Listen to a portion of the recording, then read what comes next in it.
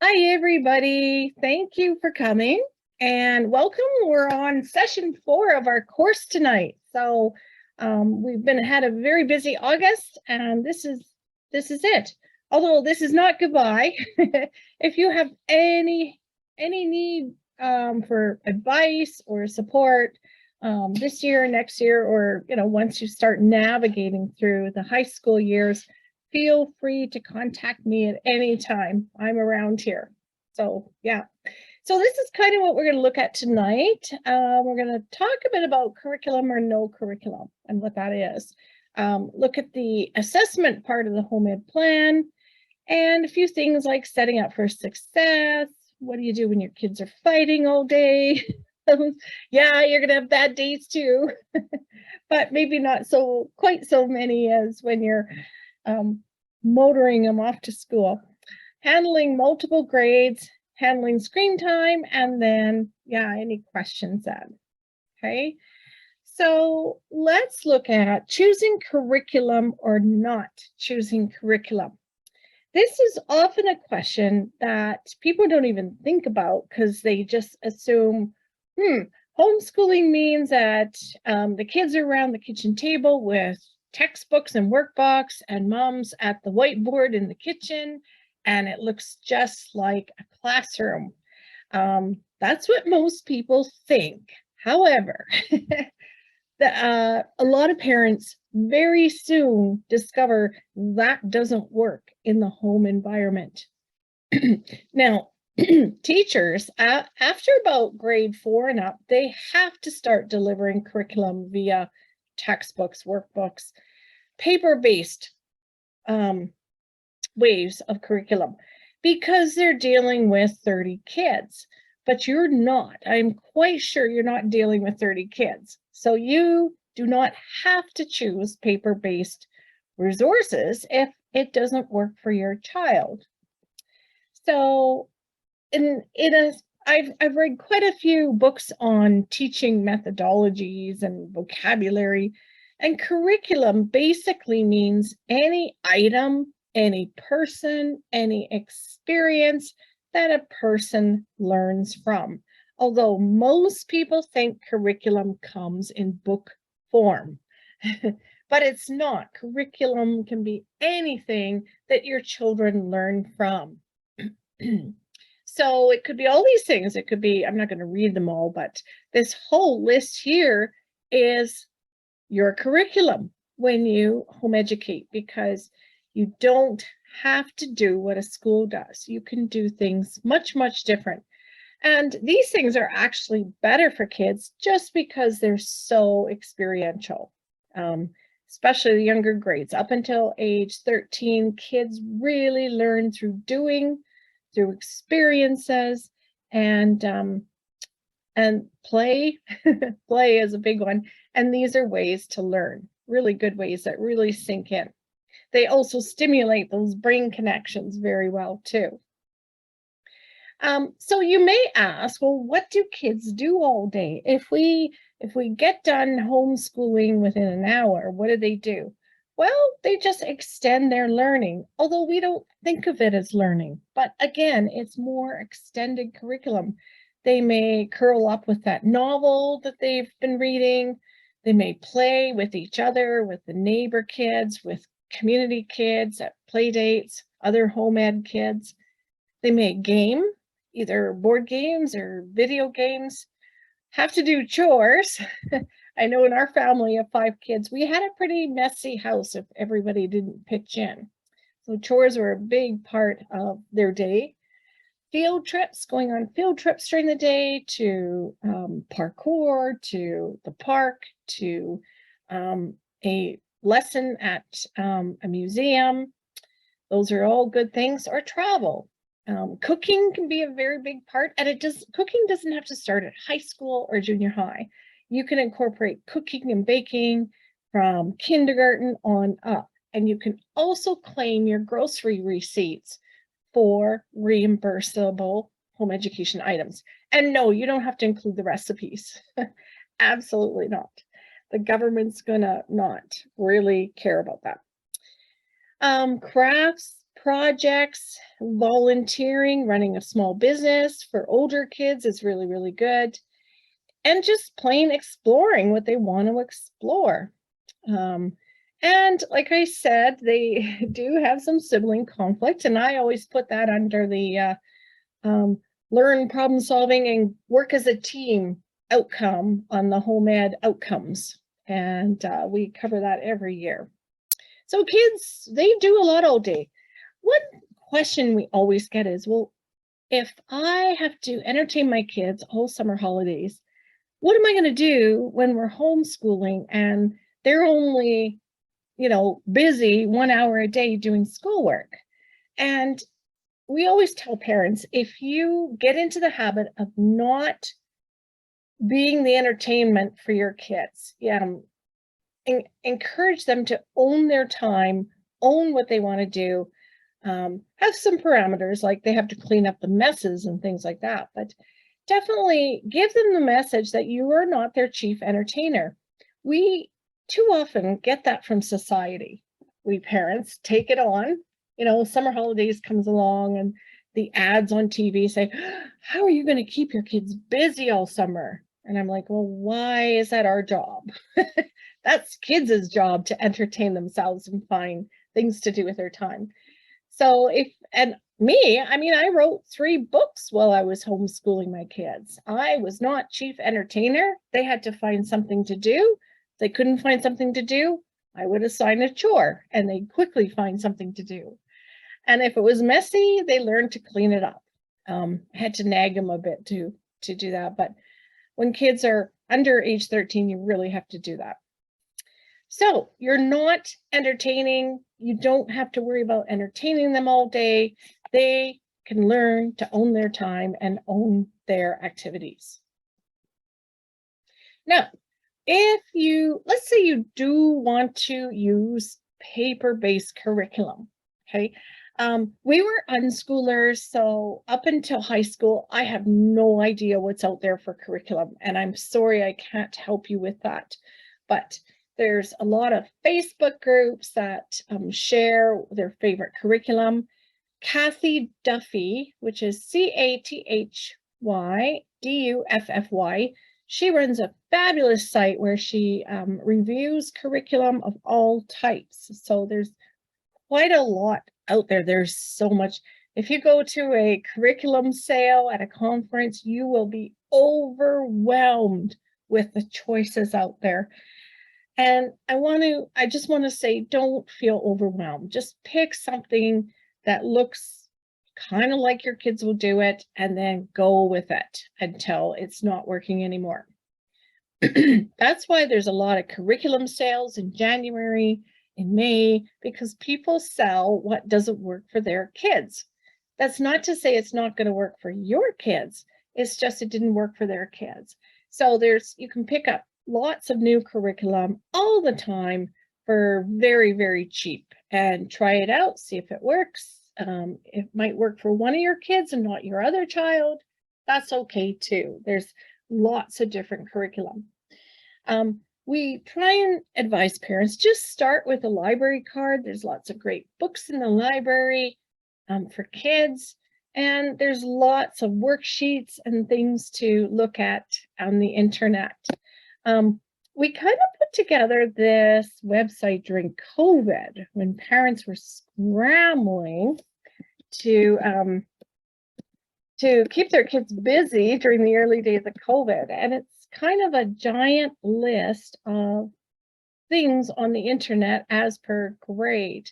I will show you where it is. So if you go to the resources tab of albertahomeschooling.ca, actually, I should show you this. There's your school board list. There's your notification forms, the 2 types. This shows you how to fill it out. Now, these curriculum summaries are what your kids are supposed to know per grade. These are the 1,400 outcomes per grade in a summarized version. Now, K-3 has been changed. We're waiting for those to update the website. And then there's one for high school courses.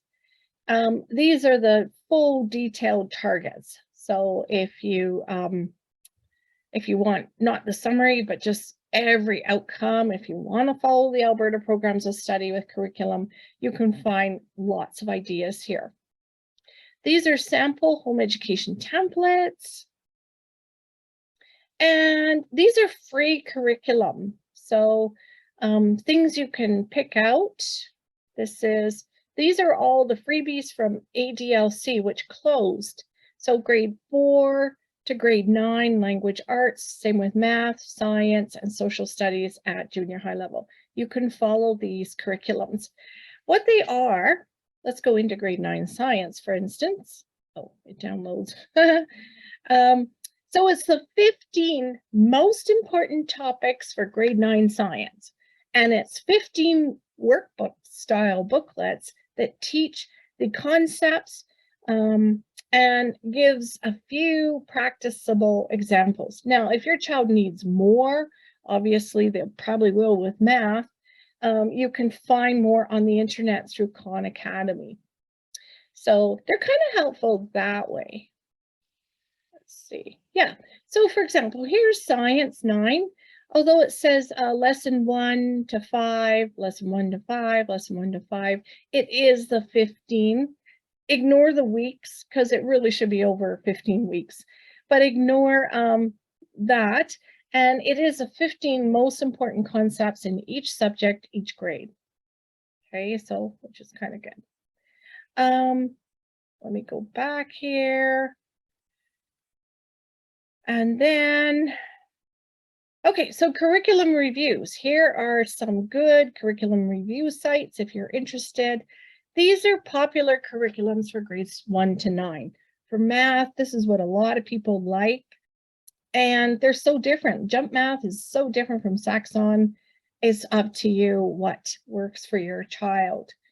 And there's a lot of Facebook groups where you can ask advice. For English language arts, these are the very popular types right now. And then, yeah, for science and social, again, it's very much specific to the grade and to what you want to accomplish. Most parents want their kids up to date in math and English language arts, reading, writing, arithmetic. The other stuff, health, art, phys ed, science, social studies, those are all topic-based per grades. And schools have to pick and choose what they're going to present. Teachers pick and choose from that what they're going to present. And parents pick and choose what they're going to present. So those can be more based on what your kids like, their interests, rather than just pick what the schools do. So from grades 1 to 6, as you can see by the percentage of time in instruction, English and math take 50% of the grades. That's what Alberta education considers most important. And the rest adds up to the other 50%. Okay, now the beauty is you don't have to, if you're under home education, you can pick from a number of non-government courses, online classes that are only an hour. They're interest-based. The providers are people like OutSchool, Schoolio. There's a lot of different course providers that will charge you $15 and your child signs up for an hour class on how to build a 3D printer. So those are really good. You can claim those classes through your funding. Okay, they don't have to be in Alberta, they can be worldwide. So it's never been a better time to home educate just because there is so many resources out there. It's overwhelming how many resources. As an unschooler, I just didn't look at curriculum until high school, just because, well, I did look at grade 8 curriculum, but it was just, I feel so inadequate. I go to curriculum sales and think, oh, my kids should be learning this and this. And I knew if I bought it, they wouldn't do it anyways. So you really, really have to not get overwhelmed. So this is basically my call to you to think beyond workbooks and textbooks. You have 1 to 5 kids, you can do a lot more things different. Now, how do you get hands-on materials? And I'll show you what hands-on math materials are like. These are really good stores. So for example, in grade 8, they start really looking at geometry, and these are called nets. So it kind of shows the kids what the volume is in this container, that clear plastic container, but also the number of sides, the vertices, how to measure the area of this if you take that yellow plastic thing out and lay it out. So I would buy these things because these are really pricey at the teacher stores. But if you can get them at curriculum sales, scoop them up, because my kids have always loved to play with these on their own, and they do a lot of self-teaching with them. So we didn't do math, paper math, until grade 8. And 4 of my kids went into STEM pathways. So science, technology, engineering, mathematics. That doesn't mean that they didn't learn math until grade 8. They learned math from kindergarten to grade 8, but they didn't learn it on paper. They learned it conceptually. So for example, like this, right? These crackers this is x squared plus 4x plus 3. This is math in real life. And we spent a lot of time working on that kind of learning math, which was really, really good. And then when they were grade 8, then they learned a whole year of how to apply 8 grades of math to paper. So you can teach math in many ways. This is music to teach multiplication tables. This is a cassette tape, but you can get things from Spotify now. This is a multiplication bingo game for lots of kids. It teaches them bingo and the multiplication tables. And there's really good toys. There's pattern blocks. There's Lego. Lego is great for teaching math. There's things like fraction pizzas. See, these are 5-year-olds learning about fraction pizzas and also playing with those nets. A lot of self-instruction is taking place there. Visuals are really good. Here's some more of those nets. These are place value stamps that they made to help them learn the places, the decimal places, the place value.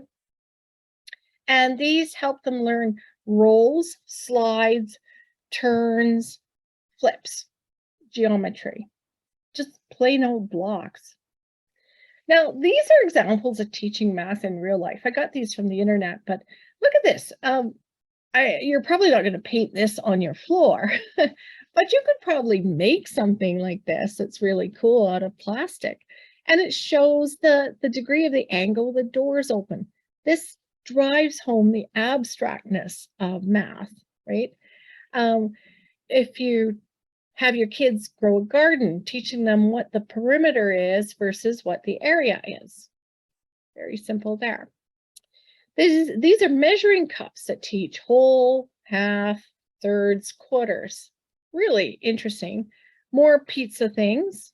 My kids love fraction pizzas. And it teaches them how the denominator, finding common denominators work when you're adding fractions, because it's really hard to combine mixed fraction pizzas. Some more ideas is using graph paper to teach the Pythagorean theorem. And like I talked about before, about how we saw this in Australia, this was all water-based. This is water on a wall. Here's another interesting thing, is having the XY axis on a floor. What quadrants, and whether it's positive or negative. And this math teacher is just amazing, having all these things on his wall. You probably won't do that at home. And this on your ceiling, the periodic table on your ceiling, that's pretty cool too. But like I said, I think I told the story of getting half a cheesecake and realizing it doesn't look really like a half, and using those teachable moments to teach, right? Lots of ways to do it. You can have kids make things like this, the angles here. And we really liked our fraction cubes, which they're fraction, decimal, and percent cubes. And they really, really help the kids understand the differences and how to combine them too. Lego is really good for algebra. Same with math. You see algebra tiles. You can just pick those up at a curriculum sale. You don't need to buy the whole package. I found the Everything You Need to Ace Math in One Big Notebook, grade 8. This is grade 8. You can buy it at Costco for $12. It tells you all the concepts. This is Alberta education curriculum for grade 8. We found grade 8 was a good year to really take what they knew experientially and teach them how to work it out on paper. So this next slide. So they learned factoring, addition, subtraction, multiply, dividing, fractions, decimals, combining them, bed mass, order of operations, rate, ratio, percent, place value, integers, algebra, perfect squares, geometry, polynomials, measurement, exponents, stats and probability, and the Pythag. All those, if your kids take a grade 8 Alberta Ed math course, they'll learn all these things in that math course. Or you could just get this math book and find worksheets on the internet too. And that sets them up perfectly for skipping grade 9 and going right to high school. The only thing they really cover in grade 9 is circle geometry a bit more, but once they took that in grade 9, they never used it in high school, so it really didn't matter. Okay, so setting up for success. So we kind of talked about math. What about reading? Again, kids nowadays are living in such a literate world. They can't help not learning how to read or how to write. So with the advent of the internet, people worldwide are doing both a lot more. They're reading more, they're writing more, which is good. And not just text writing, where it's in shorthand. They actually are writing full thoughts and sentences on the internet. So my kids didn't take their first English language arts course or social studies until grade 10. They learned to read at all different ages, 8, 6, 4. The English guru learned to read at 4. And then my other boys were 9 and 10. They were very late readers. In school, they would have been put in remedial reading programs, but because they really wanted to read, but it wasn't clicking for their brain, they just found it more frustrating when our facilitator kind of pushed that we should do more phonics. And I just let it go and said, no, when they read, they're gonna read. And they did. They absolutely did read. Within a year of learning to read at age 10, so reading Bob books that first year, this guy was reading novels about this thick. So it's kind of like toilet training. You don't know who learned to read at 4 or who learned to read at 10, as long as the kids enjoy reading and it's not pushed, then they will read. And there's lots of ways to learn how to read. Most kids don't learn in school. We think they learn in school because the average age of learning to read is 7. And guess what? Most kids are in school at that age. It'd be like if kids were in school at age 2, we would say, oh, schools taught them how to toilet train.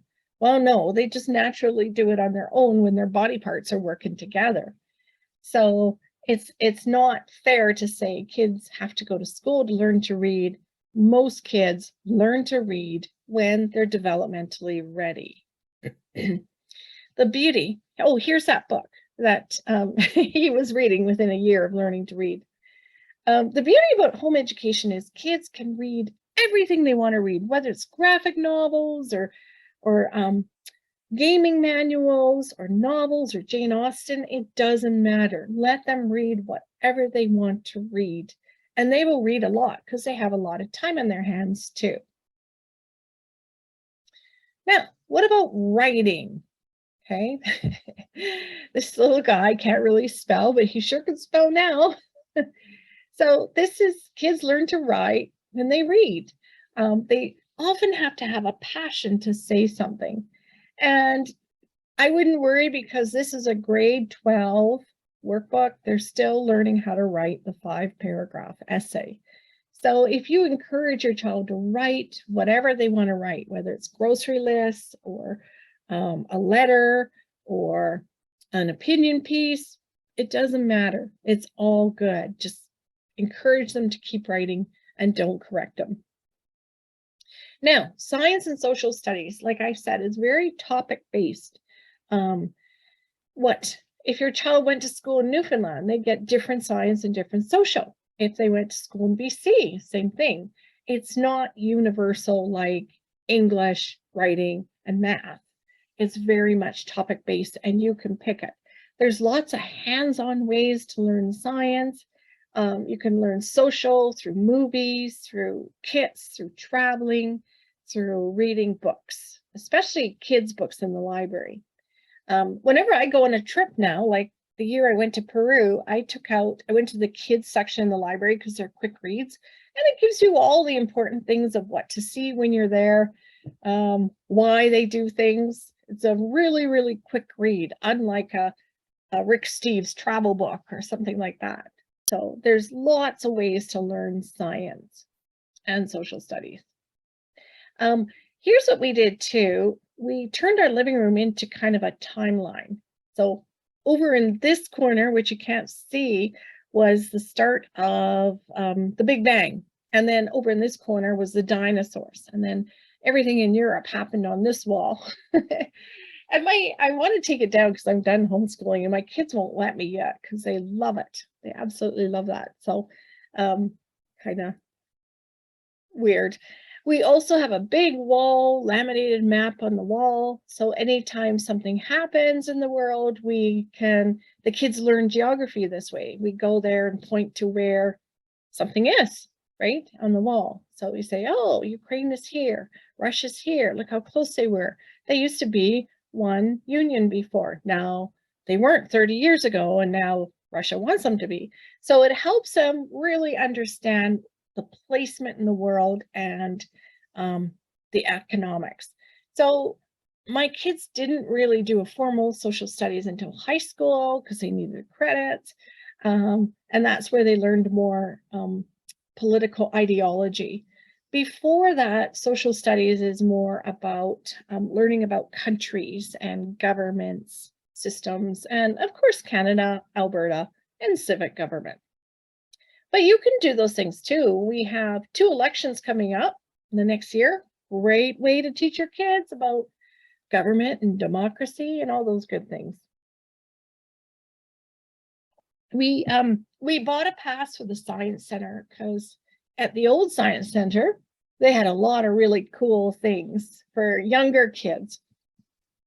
So field trips were good, travel for science and social studies. We bought zoo passes. We'd go to museums whenever we could. So the kids learned not through paper-based curriculum, but more through hands-on things. They didn't really read the exhibits to understand the science behind the museums and science centers till they were teenagers. I'll just warn you. They just went there to play. But that wasn't bad, you know, having that ability to have that play background to give them that ability to understand is much better when they're doing things on paper. I used the example of my engineer.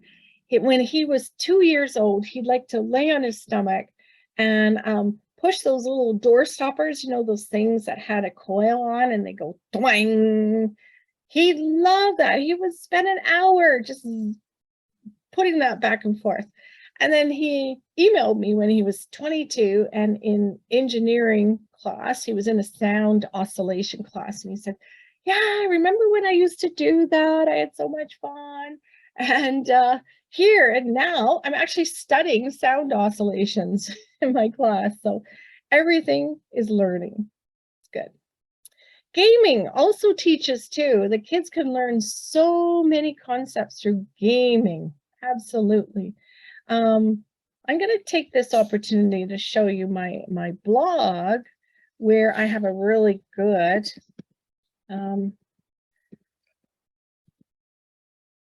Okay, it's also in the Unschooling to University book, but it is called, Create a learning environment that teaches without textbook. So, I love the same pictures. So these are video games that teach language arts. These are books, computer games, toys, board games. Lots of fun stuff. These are things that teach phys ed, gym, and sports. Board games, toys, computer games. These are things that teach music, drama, and performing arts, board games, toys, computer games, visual art, social studies, geography, and history. Great board games here. Toys, books, computer games. Health and wellness, science. There's a lot of toys you can buy with funding for science. Mathematics, again, more things you can buy for math. Board games that teach math. Yeah, so this is called Create a Learning Environment that Teaches Without Textbooks. So if you need something to spend your funding on, you have amount left over after Christmas, maybe in May, spend it on this, right? It's always good learning for even if your kids go back to school, definitely. Okay, so they learn a lot through gaming. Absolutely. This is our gaming room. We have 5 network computers here that the kids can talk to each other and socialize. In our hallways, we have posters. So we have a place value poster here and a lot of country posters. Whether the kids look at them or not, I don't know. They're just up there. In the bathroom, once a month, I put a laminated poster. So they get out of the shower and they're got nothing to look at, or they're brushing their teeth. And I put up a poster on area and perimeter volume. And I'm quite sure they did look at it a bit, which was good. Socializing, if you have interest-based clubs. So every Friday afternoon, we had a Minecraft club. All the kids came over to our place to play Minecraft. The parents would drop them off. Some parents would stay. They would bring the snacks. And it was fun and a way of something to look forward to Friday afternoon. Also, volunteering at the food bank. Kids 12 and up can do that. There are lots of things kids and parents can volunteer after over age 12. So that can count for special projects or work experience credits for high school. And projects and jobs, great things to work on with your teens, and they can get credit for that too.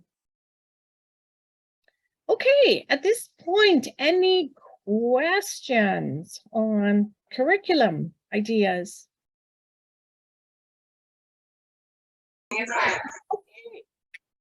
All right, we'll keep going. So I just wanted to talk a little bit about assessment. So back to the 22 outcomes. Assessment can be very, very simple. Again, it's not, people, they say, oh, don't you test? Aren't you supposed to test your kids under home ed? And I say, no. Home education kids do not have to undergo testing because you know what? We don't follow the Alberta programs of study. So it's very hard to test if you don't teach those kinds of things. So, but assessment, there's lots of different things to use for assessment. I'm just going to jump ahead right here. So there's photographs. If you're going to take pictures anyways, you're going to take pictures of what your kids do or cute things they made. So keep those. Keep lists of library books you take out. That's easy to do if you get a receipt from the library. Pictures of projects or the actual project if you have storage space. Reflections in maybe an essay form. If your kids love writing essays or paragraphs, they could write down reflections of what they learned. We did this for food studies. You know, when they put too much salt in a recipe, they talked about what it tasted like and what they do different next time. Some kids like to do PowerPoint. They could put something in there, or in a video. They could just video them talking about what they learned. Writing and math samples are good. You do not need your whole entire book. My son self-taught Math 20-1. He had 4 workbooks full of examples of his work. They didn't want to see that at all. But we just showed 1 page, kind of. Quiz and exam results, yes, those are good. I think the important part, which I learned, is assessment is not so much about what you taught, but what the child caught. So your facilitator doesn't want to know, oh, you taught this and presented this. They want to know what your child learned, right? So there's lots of other ways you can present that. And mostly they just want to talk to your child. They want to see maybe a few samples of work, but they want to have a conversation with your child. And believe me, in an hour conversation with you and your child at the end of the year, they're not going to have time to quiz your child on every subject. Absolutely, because they're filling out reports too. And pretty well, every child progresses. They know that. They have to report that to the government. And I don't know any home education child that did not progress, because the brain is always learning. So it's kind of a silly exercise that we have to go through filling out those year-end reports, but that's what we do. So what I did, and I just kept a little scribbler for the year. That's all I did. Once a month, I go through, and I think I talked about this in the first session, is I go through my day timer and I jot down what we went to, how many times we went to the science center, and I'd mark it down under grade 6. Very simple. So by the end of the year, I had about a page of grade 6 science. And then I could talk to my facilitator about what we did, what the child learned, and it was a nice keepsake for them, but it was still too much, too much recording. So I had one of these books for each year. It's kind of nice to go over now and look at them, but really the facilitator didn't really need it. I'm going to show you. So this is the year-end report. I did change the name and details, but this is what you're going to get. And this is a legal document proving that home education works. You can give this to all your naysayer relatives and say, look, my child's progressing. Here's their report card. So it kind of just says what grade is. I put ish because, sometimes we're not grade focused. Alberta student number, whether you follow the Alberta programs of study or the 22 outcomes. And program plan has been completed. These are the assessment methods used. These are all the comments your facilitator writes.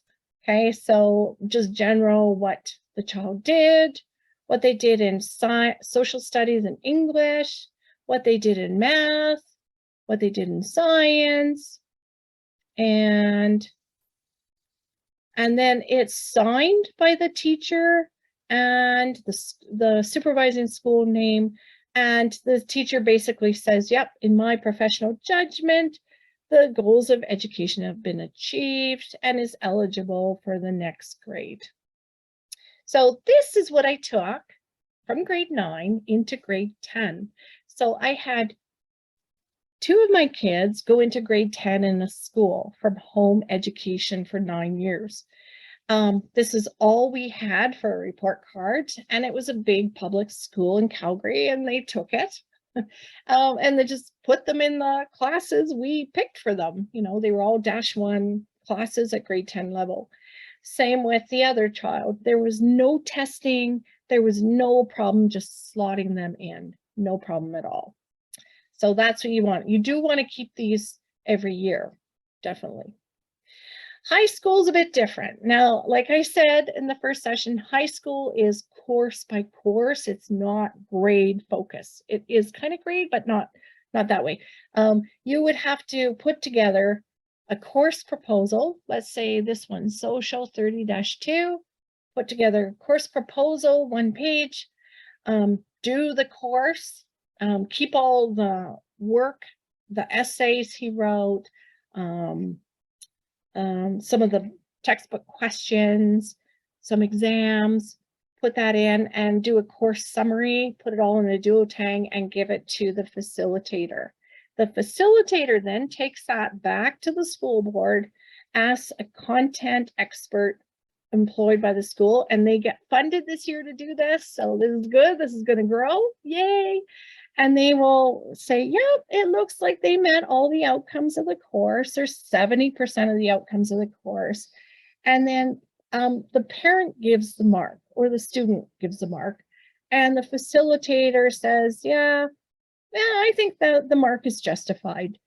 Now, the school authorities are getting a bit more strict, and the government is putting a few more things in place. So for core courses, English, social, math, sciences, the school gives a final exam worth 30%. It has to be proctored, so you have to find somebody, grab a neighbor who will supervise your child. They write the exam, and it's all good. So you still give 70% of the mark, they give 30% based on the final exam. The final mark goes on the government transcript, right? That's how it works. For the core courses, for the option courses like food studies, phys ed, they just kind of look at your log, how many hours, a summary of what the child learned, and they pretty well accept the mark you give for that, for special projects, those courses. Okay, this is an example of our food studies course. So we included photographs of the food with the child in it. You don't want just pictures of the food because they could be pulled off the internet. And how much time it took. This is pretty well 125 hours. And we slotted it into the food course numbers. So for example, food studies here, cake and pastry, we made Japanese sticky buns, pizza dough, empanada pastry, caramel cupcakes, and a birthday cake, and cookies and brownies. For foods 2050 was bread, was the topic. So we made pizza dough, cookies, chocolate chip cookies, bread dough. So it's very easy to do this at home. And the great part is the student or you give the mark for this, which is good. It validates what they've been doing. Really good. Okay. Any questions on assessment? So when you meet with your facilitator, that's unless you're going for high school credit, they're just going to fill out that one-page form. So so they'll ask you, so what did you do for science this year? And you kind of say, well, we had to pass this to the science center, so we went there a lot. You don't have to write that down for your records. You're not getting paid for administration work. I wrote it down just because I knew I was going to write a book someday on unschooling, and I wanted to keep track of what my kids were interested in at what grade. But you do not have to keep those records. If you want to keep it for your own thing, go right ahead. Keep really meticulous records if you want, but really your facilitator will not want to see it. They're in the spring visits, they're probably visiting about 5 families a day, and of those families, they're visiting 20 kids. They are probably overwhelmed by the end of the day, and they just want to be assured that the kids are progressing, they're learning something. It doesn't matter what they're learning, they just want to be sure they're learning. So I wouldn't worry at all. And they won't write up more than a one-page form, and it sits in their records for a year. Whether the government audits them on that, usually they don't, and then after a year it goes in the garbage. So they'll give you a copy for you to keep, but for them it's in and out. So yeah, if you want to go bare minimum for the school board, they'll thank you for it and keep as much records as you want at home. Absolutely.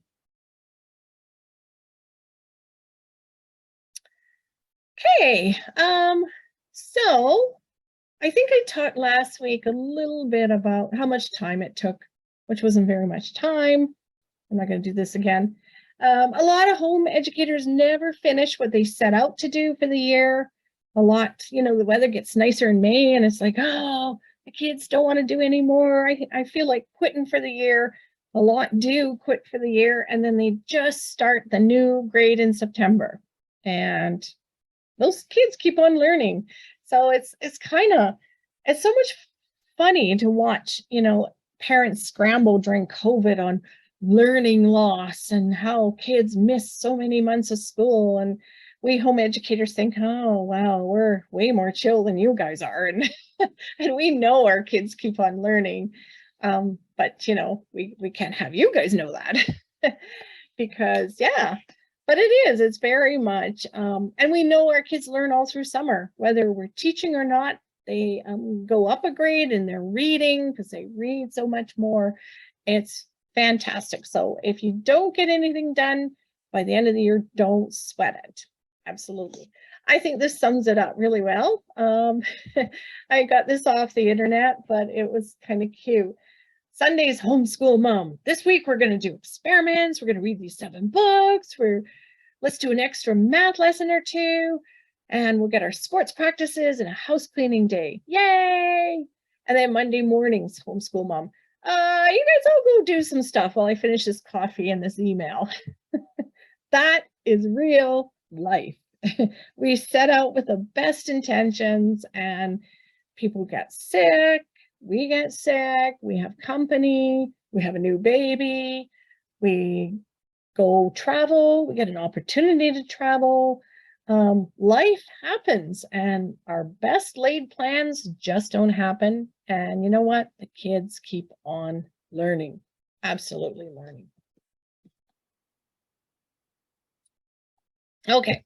It's good to join a support group if you can. My support groups were online, but that's good too. Socialization, people are going to ask you that. Again, kids find friends everywhere through church, brownies, cadets, cubs, sports clubs, homeschool boards. A lot of boards run their own picnic days and events and activities. Facebook groups, there's activity groups that people organize field trips, so join those groups. There's interest-based groups. If you can't find one for your kids, start one. I started a girls reading, mom and daughter reading book group. I started a Friday afternoon Minecraft club. It's fun if you don't mind a few kids in your house or book a library. And it's so much more diverse. Kids socialize with all ages, all genders, all abilities, culture, religion. It's fabulous. Lots of socialization. And yes, I often get asked, is there any bullying in home education? And I think, well, yeah, bullying happens at every organization. There's bullying among teachers, principals, superintendents. It's everywhere, with not just with kids. But because home education happens when there's a lot of adults around. So for example, you take your kids to a lesson at parkour.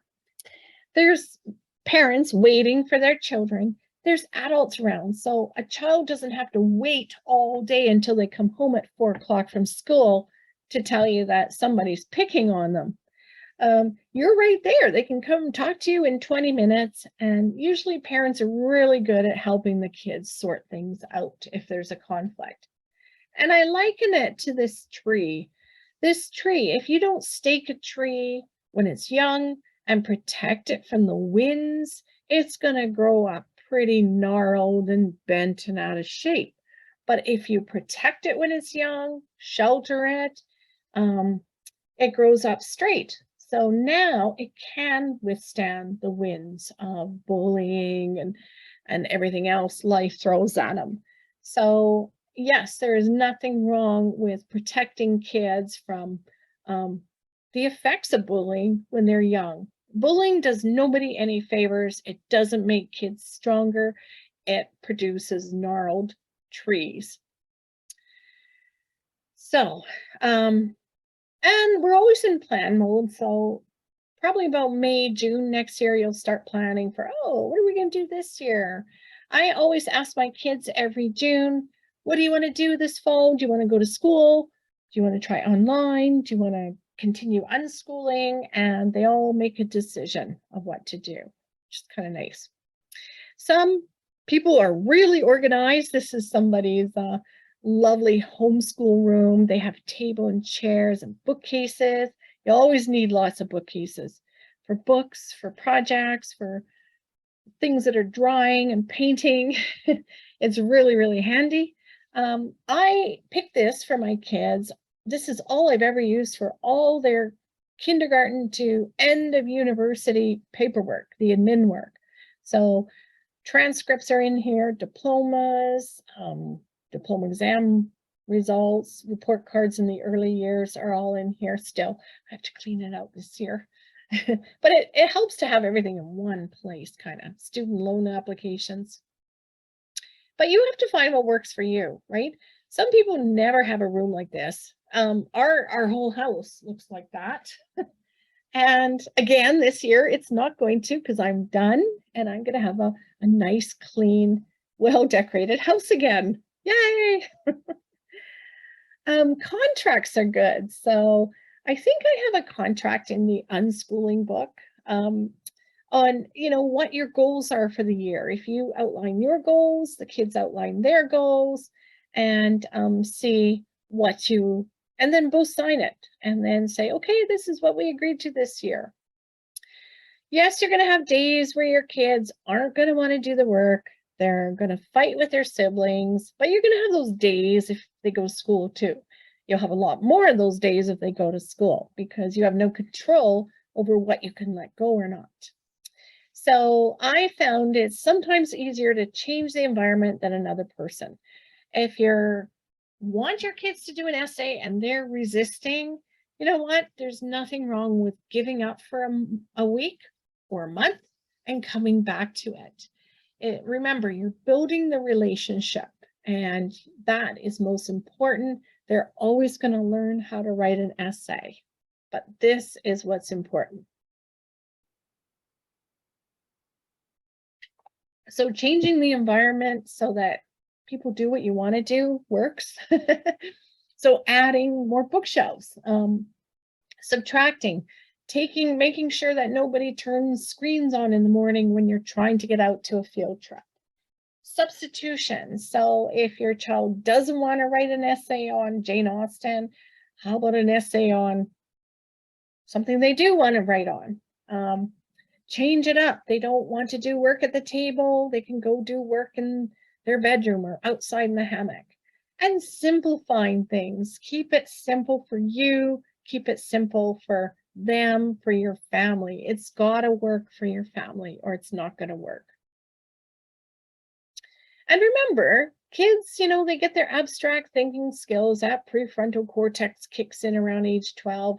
They start becoming a lot more responsible, taking on more control over their education. You're handing it over, and that's good. It's getting them more into what they should be doing. I have to say, I didn't hand over education completely until my kids were second year university. So first year university, they needed so much help with administration, with filling out forms, with understanding how to register, how the whole university system works. But by second year, I'm hands off. It's their baby. They own it. They take ownership. And that's the way it should be. So that's good too. So remember, best thing for older kids is problem solving. Make it a game if you can. Lots of discussions, offer lots of choices, right? The more choice they have in it, the better. Problem solving is a really good skill that they need for a life skill. Same with employers. They really need to think of problem solving. And I always find going for a walk with my teens were really good. Going for coffee was really good. Talking about issues coming up. Yeah, lots of discussions, lots of conversations. Remember, by age 12, you're 2/3 of the way through parenthood. So you're in that last stage. So that's a good time to treat them like the adult they're becoming and saying, well, this isn't working for me and it's not working for you. So what are we going to do about this, right? Coming up with that. And remember, kids' brains change, right? So your little baby at 1 year, it's not, you look at that 1-year-old and you think, wow, how are they ever going to, teach me things? And at 3 years, you think, oh, will I ever get through these tantrums and this emotional turmoil? And then they become these nice little smart alecky kids at 7, and they're growing in capacity, but they ask a ton of questions, ton. And at this point, you're much smarter than them. These are the great years that you don't want to send them to school. These are the years you put up with sleepless nights and diapers for.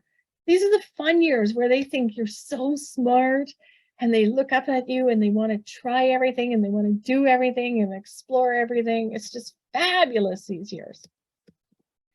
And then they're 13 and they become a lot more fun too, because you can argue with you and you can argue with them. And it stretches. You can see their brain cells stretch as they're trying to outdo you in an argument. But they're lovely. And then at 18, they are just fun people and they teach you so much more. Actually, they start teaching you more at 13. My son at 13 knew how to hack. He knew how to build computers. He was teaching me how to code a website. They start getting smarter than you at 13. And you realize that you don't have to teach them more. They'll soar without you. They'll go on to tutors. They'll go on to self-teaching through the internet.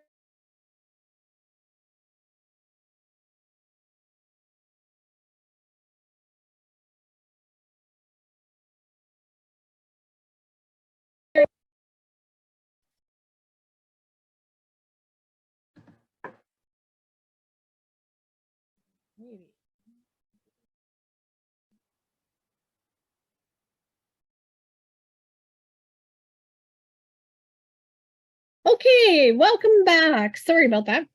I wasn't quite, I think I just wanted to say that, yeah, by 18 years, it goes by so fast. And really, those kids really do learn a lot. They teach themselves quite a lot. So you don't have to worry about, oh no, how am I going to teach high school? Well, it's not on you to teach high school. You can absolutely do a lot of helping your child get what they need. You become more of a facilitator rather than a teacher then. Okay, so let's talk about handling multiple grades. What a lot of parents do who have more than one child that they're homeschooling is they do unit studies. So like I said, the school system, the government pick and choose what countries to talk about in social studies. I mean, kids can't learn about all 195 countries. Everybody has to pick and choose, and same with science topics. I found that my kids loved Magic School Bus, so that was kind of our science from kindergarten to grade 8. And then they started a formal science program in grade 9-ish, 10. So they took grade 9 science, grade 10, 11, 12. And they really liked science, but up until then, it was less paperwork science and just more, let's do experiment science. So very much experiential. And with experiential, social, and science, you can absolutely incorporate multiple age kids, because a toddler can work at their little level, a preschooler can do a bit more, and school-age kids can do a lot more. So, and then if you're flexible on when they can leave the activity, that's good too. And then generally math and English, kids tend to work on their own because they are a little more grade specific if you're using curriculum. A lot of parents just wait until nap time. So when the younger children nap, they can do their homeschooling then sometimes, or they send their kids out with a partner, the younger kids. Some hire teenage help to keep the little ones busy, or they put them in activities like preschool or daycares that, play groups, things like that to keep them busy while you're actively teaching. Okay, so our last section is screen time. I said we kind of talk about this week. I'm going to share with you what I know. I used to teach through Alberta Health Services for 13 years, and what information was shared to us about screen time pretty well was that we don't know. That's the bottom line. Is there's not any good long-term studies on the effects of screen time on school-aged children.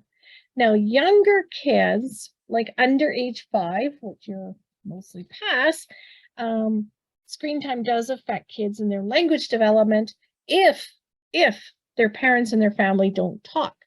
And that's partly because parents and families are on their screens too. So if there's lots of discussion, there's tech-free times in the family, pretty well those kids are going to be quite okay. There's moderation, so having a balanced life, getting enough physical activity in there.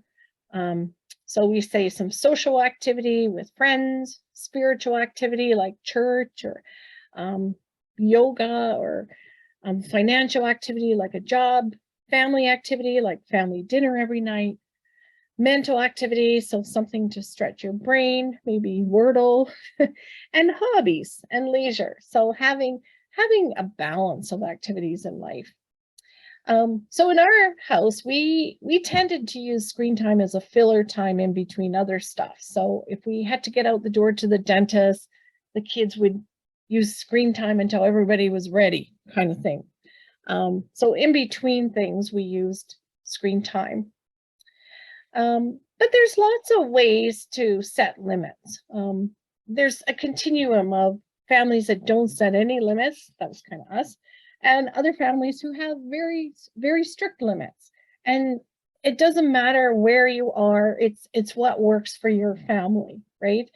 So I think the ways to help kids, and like I talked about too in session 2 about brain development, around age 17, kids really, really start putting their own brakes on and knowing what their limits are and developing that self-discipline needed to have a more balanced life. We had no limits on screen time, and yet I'm really happy to say that all 5 of my kids now as adults go to jobs, go to school. They know when it's appropriate for screen time and when it's not appropriate. And they develop that self-control just through normal brain development. Here are some ideas to help kids have more balance in their lives. I talked to you about the contract, the non-punitive family contract, and I gave you a copy of that last week. There it is again, if you want to find it.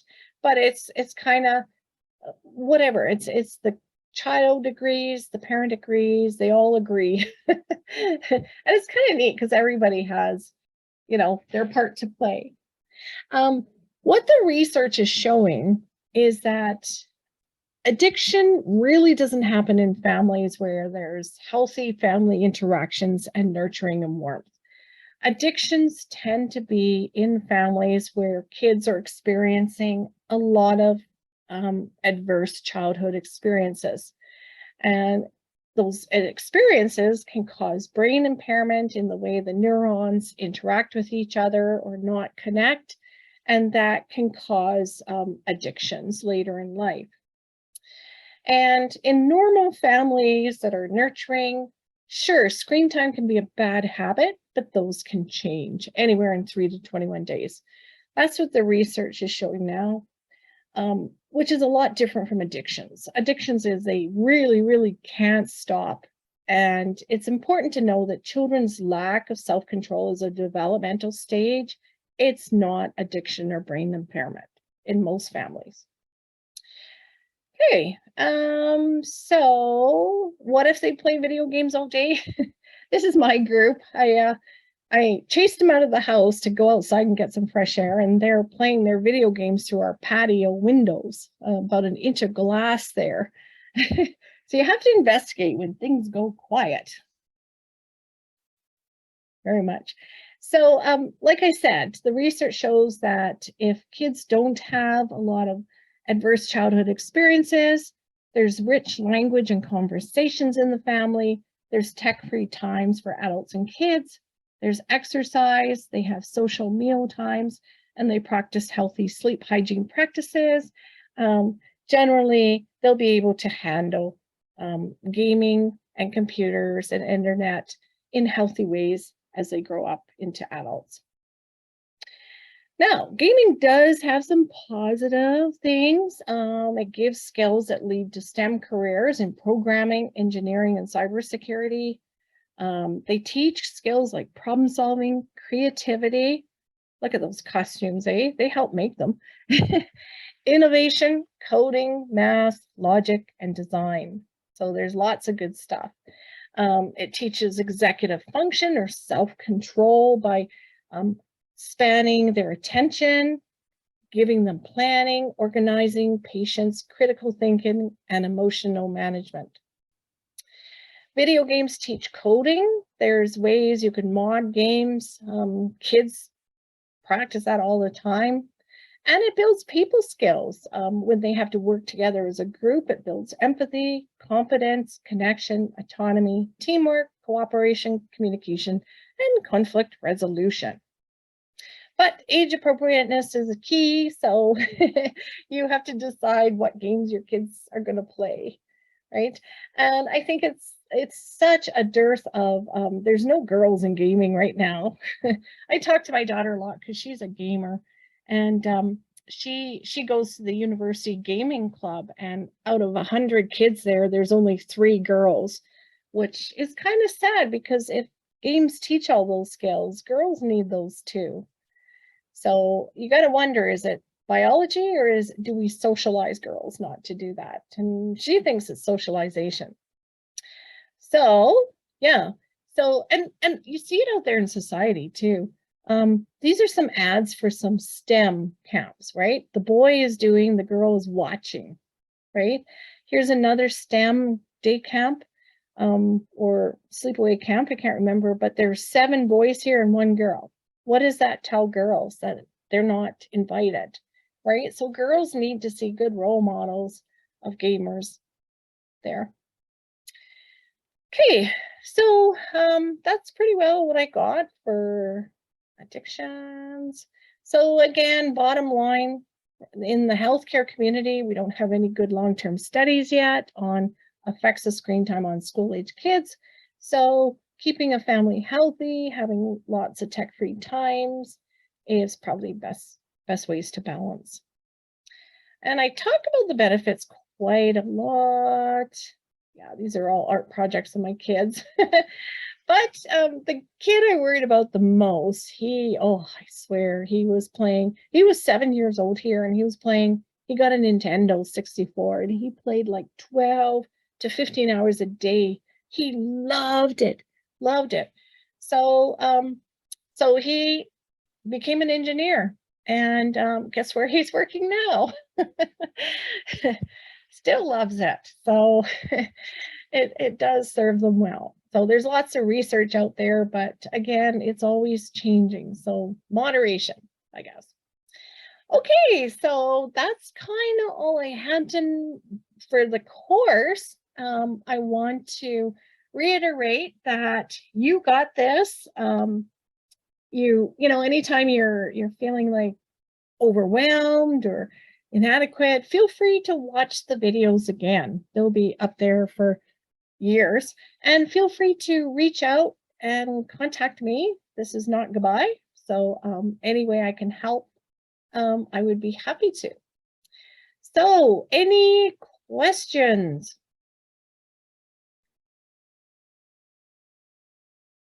So yeah, there's tons of ways to do your home education and make it work for you. You have to make it work for you and your family, and there's no right or wrong way. So it's your baby. So good luck, and you have lots of support. It's not like you're stepping off a cliff. There are Facebook groups, there are families out there. It's growing. There's more formalized support through supervising boards, and a lot of the venues out there, like leisure centers, libraries, are offering programs for home educators too. So you're not alone whatsoever. Okay, so this is Judy signing off. Thank you for joining us, and yeah, let's keep in touch. Okay, you got this, and here's my keep in touch stuff. So okay, talk to you later. Bye-bye.